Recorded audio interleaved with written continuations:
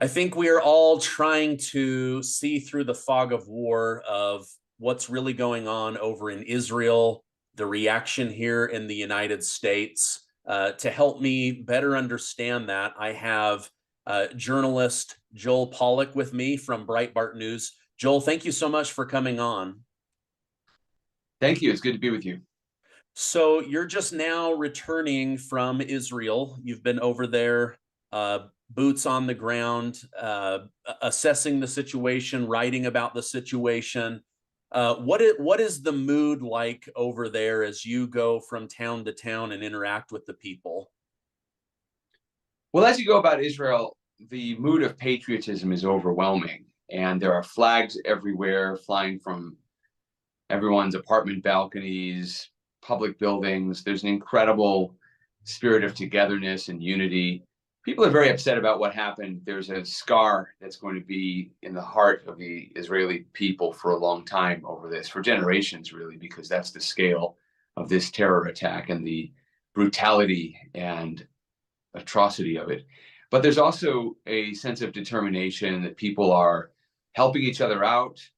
People are going to war if their reserve units are called up. In fact, some of the reserve units have had more people show up than were actually invited or called up because people simply want to fight. They want to make sure this never happens again. So there's a real determination and a spirit of togetherness that's unlike anything I've ever seen or witnessed anywhere in the world. Okay. Late last night on Thanksgiving, Prime Minister Benjamin Netanyahu announced that he had ordered Mossad to basically take out any Hamas leader, regardless of where they were on planet Earth. Do you think that this is a good strategy? Is this going to actually get to the heart of removing Hamas out of Palestine? Well, first of all, the Hamas leadership doesn't live anywhere near the Palestinian areas. Most of them live in Qatar or in Turkey, and many of them are billionaires. So when you see true stories of poverty in Gaza, remember that Ismail Haniyeh, the leader of Hamas, is worth multiple billions of dollars. He's become rich by exploiting the process of importing and exporting goods from Gaza. He's invested in real estate. He's got all kinds of other holdings.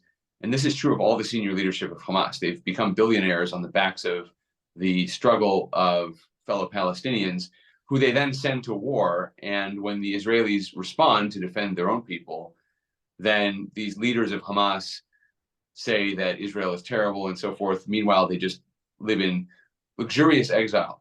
They're all marked for death. Israel will kill all of them the way it did the Palestinian terrorists who carried out the Munich Olympic massacre back in 1972. For those who have studied this period of history or lived through it, Palestinian gunmen abducted Israeli athletes from the Summer Olympic Games in Munich, Germany. And the West Germans bungled an attempt to intercept the hostage takers and the hostages as they were at the airport. And so the Palestinian terrorists murdered all of the Israeli hostages. In response, Israel, under then Prime Minister Golda Meir, vowed that there was going to be an effort to kill all of the Palestinian terrorists responsible in this attack. And she did so. The Israeli intelligence services did so. There was one case that was revived recently because one of the planners of the attack was hiding in Beirut in Lebanon. And an Israeli soldier named Ehud Barak, who would later go on to be elected prime minister of Israel, he went undercover into Beirut and he killed this terrorist. And the grandson of that terrorist is actually a Democrat who ran for Congress unsuccessfully a couple of times here in Southern California. And it came out that he was the grandson of this terrorist who had been killed by Israel in retaliation for his role in the Munich massacre. But Israel can and will deliver on that threat. And I would assume that the leadership of Hamas is going to be removed in some fashion or another over the next several years. It's not going to happen right away, but I think that Israel has shown an ability to deliver on those threats in the past. And we in the United States need to consider what that means for our interests, because Qatar, which is where most of these leaders are hiding out, is also the host country to a major US military installation, to a couple of them actually. So we have to rethink our relationship with some of these countries. We also have to rethink our foreign policy. There's no way this attack on October 7th would have happened if Joe Biden and the Biden administration hadn't emboldened Iran, hadn't emboldened Hamas. None of this ever happened under Donald Trump, and you can like Donald Trump or hate Donald Trump, but the fact is, for 4 years, Vladimir Putin didn't invade anybody, and Hamas terrorists didn't launch any wars against Israel. So we've learned now through a comparison of policies, which policy makes the most sense. Is it peace through strength, which is the Ronald Reagan, Donald Trump approach?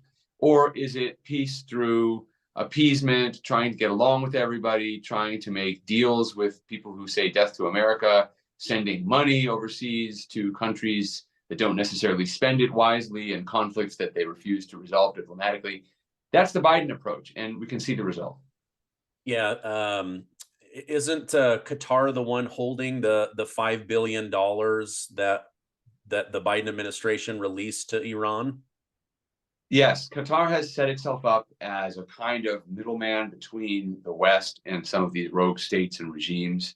And it has to be told that it has to make a choice now between peace and prosperity with the West on the one hand, or war and self-destruction with Iran and with Russia and China on the other.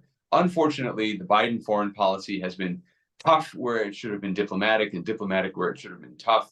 And he tried his best to be nice to Russia. Then Russia invaded Ukraine, and Biden then slapped all these sanctions on Russia and drove Russia into the arms of the Chinese. So now we confront a united opposition to America on the world stage, with Russia and China teaming up with Iran. In my view, there's no way that Russia wasn't advising Iran, and through Iran, some of the Hamas terrorists, because of the style of attack that we saw on October 7th. They used drones, for example, to take out Israeli army observation posts using techniques similar to those the Russian military has used in Ukraine. They knew certain things about Israeli bases that really couldn't have been known by Hamas intelligence on its own. So I think Russia has been playing a role. Russia plays a dual role. It's not that Russia is our implacable enemy. Russia has some common interest with the United States, and Russia doesn't want to see Israel destroyed, but Russia does want to see both the United States and Israel weakened, and that's why it's working with our enemies. Trump made clear there would be a consequence for doing that. Biden has not made that clear, except when it was too late. And we need a rethink of our foreign policy, and whoever you're voting for in 2024, clearly going down the path we're on right now does not work. Yeah. So on 9/11, Biden announces we're going to release $5 billion to Iran. Less than 30 days later, they're emboldened. Hamas is emboldened and financially supported by Iran to then attack Israel. And then now, within the last week, the Biden administration says we're not going to put sanctions on Iran like Donald Trump did, and we're going to release another $10 billion that will also most likely go through Qatar. So it's like they keep feeding enemies money and courage and confidence. It just blows my mind. I can't wrap my head around it. Iran looks at the West and believes, not without good reason, that we lack the self-confidence as a civilization to continue fighting what really is a small and corrupt and tyrannical regime, but which, through its threats and its willingness to commit atrocious acts of terror, has frightened the West. And we have allowed people who agree with some of these radical philosophies to come to our countries. It has to be said that the massive migration of Muslim immigrants from the Middle East to Europe and to the United States over the last 2 decades has had some political effects on our debate. And while most are simply hardworking, good, honest people, there are some who have arrived with completely unreconstructed views of the United States and Israel. They have been steeped in propaganda since the time they grew up in the countries they came from. And we're seeing the first generation of their kids arrive on college campuses in the United States, and they're driving a lot of the anti-Israel, anti-Semitic sentiment there. And because our academies are already very left-wing, they don't know how to push back against it. They subscribe to some of the same post-colonial left-wing radical ideology. And so they're completely unable to defend their own institutions against this. And we need to rethink our immigration policies. We need to rethink our foreign policies. Most of all, we need to have confidence in our own beliefs and principles. You know, the kind of feeling you have in Israel watching this conflict unfold is one where Israelis are returning to faith, they're supporting one another, they're doing good deeds for one another. They're taking inspiration from Jewish tradition and from Jewish principles. They're undergoing a revival, and this has been going on actually since before the war. For the last several years, the birth rate in Israel has been increasing among Israeli Jews. This is unique in Western civilization. In the United States, our birth rate, which was high 20 years ago, has been collapsing. We don't have families anymore. We don't go to church anymore or synagogue. We don't believe in the future anymore. So we're not having families. We're not committing to anything. And Iran and China look at this. First of all, they feed some of it. I mean, I'm sure that a lot of the stuff that's coming to our kids over TikTok is reinforcing some of this move away from our own traditions and our own principles and even our own freedoms. You know, you don't have to be a traditional conservative to appreciate the freedom and lowercase l liberalism that we enjoy in the West. That's all being undermined by these totalitarian regimes, China through its influence in social media and technology, and Iran through its threats. And what Israel has done is it's returned in some ways the last several weeks to its original founding ideology, to a spirit of unity and togetherness and faith. I mean, one of the items in greatest demand by soldiers at the front has been religious items. Soldiers have been asking for tzitzit, which are these undergarments. They're described in the Bible, but basically they're little fringes that are supposed to remind you of all the commandments in the Torah. And soldiers who are not religious have been asking for these to be made, usually in military green, so they can wear them as a statement of faith. So Israel is returning to faith as a reaction to being confronted by terrorism. And unfortunately, in the 2 decades since 9/11, many Americans have given up on the idea of God. And I think that it's having an effect on our culture and in our ability to resist a growing threat from the rest of the world. Okay. Wow. That's you know, it's again unfortunate that we've gone through this, but to see the aftermath, you know, what could come out of this is also interesting. My understanding is that the hostage negotiations are starting now. They're starting to transfer people back and forth. Israel has agreed to release 3 people for every one of their people. Can you tell us more about those negotiations? So there has been an agreement for a 4-day pause in fighting. And in return, the Hamas terror organization is releasing at least 50 Israeli hostages, all women and children and the elderly, no men, certainly not men of fighting age, no soldiers, male or female. They're just going to release the most humanitarian of all the hostages, you could say, the most vulnerable of all the hostages. Israel has agreed to release, you're right, 3-1. They're releasing Palestinian terrorism convicts. These are people who have been convicted of terrorist offenses like attempted murder. No one who's actually murdered Israelis is going to be allowed out of prison, but there are people who have participated in terrorist activities who are going to be released, up to 150. There are little extenders in the deal where Hamas can buy itself another day of ceasefire or pause in fighting for every 10 hostages they release, additional to the 50. And that's going to last a maximum of 10 days. So you could see perhaps a maximum of about 100 or so, maybe a little bit more like 80 or so hostages released. But Israel has said it's going to continue fighting when this pause is over, because one of the goals of the war, in addition to freeing the hostages, is to eliminate Hamas. Israel has decided it can no longer live alongside Hamas. It's too much of a threat. There was this idea before the war that Hamas, even though it's radical Islamic and terrorist, can be relied upon simply to mind its own affairs. It had been defeated in so many wars with Israel. Just leave it alone. We don't have to risk our troops or our civilians by going in on a ground war. That illusion has been shattered, and now Israel is determined to get rid of Hamas. The danger is that this pause in the fighting will give Hamas leverage to push the international community to demand a broader ceasefire that would end the war and leave Hamas in power. That would be a disaster. It would be a defeat for Israel. It would be a defeat for the United States. It would be a defeat for the West. It's exactly what Iran is hoping for. So Israel is going to continue to pursue this war. It is winning on the ground very easily. It's mopping up Hamas carefully, and it's taking care not to put civilians in harm's way. Hamas does put civilians in harm's way anyway, but the Israelis are being very careful. Unfortunately, there are going to be challenging days ahead when you start to hear voices around the world saying, you've had a pause for several days. Why not just stop altogether? And Israel is going to have to stand up to that and say, for its own survival and frankly, for the sake of the West, no, we need to eliminate this radical Islamic terror group, just like the United States eliminated ISIS. Okay. Final question, Joel. I appreciate you coming on. The country of Turkey, their leader has called Israel a terrorist state now. There are leaders in Africa saying that Netanyahu is the actual terrorist, that he's committing war crimes. But what is the feeling about Benjamin Netanyahu within Israel itself?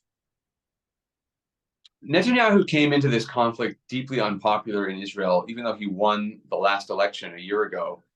There were deep political divisions in Israel over his judicial reforms that his new conservative government wanted to introduce and did introduce. They did pass one or two of them. He came into this conflict very unpopular. People said that his agenda was dividing the country, and yet his government was holding together. So his coalition was supporting him, so he was politically stable, but he had a low approval rating. Then the war happened, and there are many Israelis who feel that because it happened on his watch, he should ultimately be held politically responsible for it. But there are very few Israelis who want to get into politics right now. Most of them are saying, let's put all this off, all the investigations, all the debates, let's put it off till after the war is won. So there's a degree of maturity that I've experienced in the Israeli body politic where people are saying, listen, let's win the war first, and then we'll get to the consequences later. And that strikes me as a sign of Israel's strength, that they're not bickering with one another. I think Hamas, by the way, underestimated the cohesion of Israeli society. They looked at some of the divisions, some of the political debates, and they said, Israel is divided, Netanyahu is weak. We're going to strike when they're weakest. And Netanyahu realized that could be a problem. In fact, during the protests of the previous several months, he repeatedly said, Israel's enemies should beware. If you strike us now, if you try to take advantage of this moment now, we're going to strike back very hard. So he's done that. And I think also with the hostage agreement, he's managed to keep Israelis on board from the left. I think there was more sympathy for a hostage agreement on the left. Right-wing Israelis tend to feel, even though they want the hostages back as well, they tend to feel this is not an answer. You have to keep hammering Hamas. You have to beat them militarily. There's no way to negotiate with them. Don't give them breathing room. But he was basically able, so far, he's been able to keep both the left and the right on board. Certainly, he doesn't see himself as a terrorist. The Israelis don't see him as a terrorist. The Israelis believe that they are doing everything they can to reduce civilian casualties. They look at Hamas hiding out in hospitals. They look at Palestinians deliberately killing Israelis, taking children and grandparents hostage, raping women. And, they look at this and they say, how can you possibly side with Hamas? And everything they're doing is within international law. Israel is in Gaza. I mean, yes, there's a lot of destruction. That is because Hamas has placed its infrastructure in civilian areas. Israel's being as careful as it can. And the Israeli people are carrying out this war. If Netanyahu said tomorrow, I want to stop the war, then you'd see political pressure to have him thrown out of office. The Israeli people want this war because sometimes, hard as it is for us to imagine from a position of relative comfort, sometimes war is the answer. When you're facing a Nazi-like threat, you can't accommodate it. You have to defeat it completely. And then you can move on, and then you can have peace. But when someone is committed to your destruction, then you can only respond by defeating them. So I don't think there's any chance that Netanyahu would be ousted because of the war. He would be ousted if he didn't pursue the war. And then after the war, there may be political consequences as a result of the fact that the attack happened on October 7th. But for now, the Israelis are patient, and they're willing to give him a chance to fight the war. They don't feel like they need a new leader in the middle of the war. There's a national unity government. Some of the opposition parties have joined the government. So everyone's basically united around winning. Okay, great. Joel Pollack, thank you so much for coming on and giving us your insight. I'll make sure to leave a link to your articles down below. Hope you have a great rest of your day. Thanks, you too.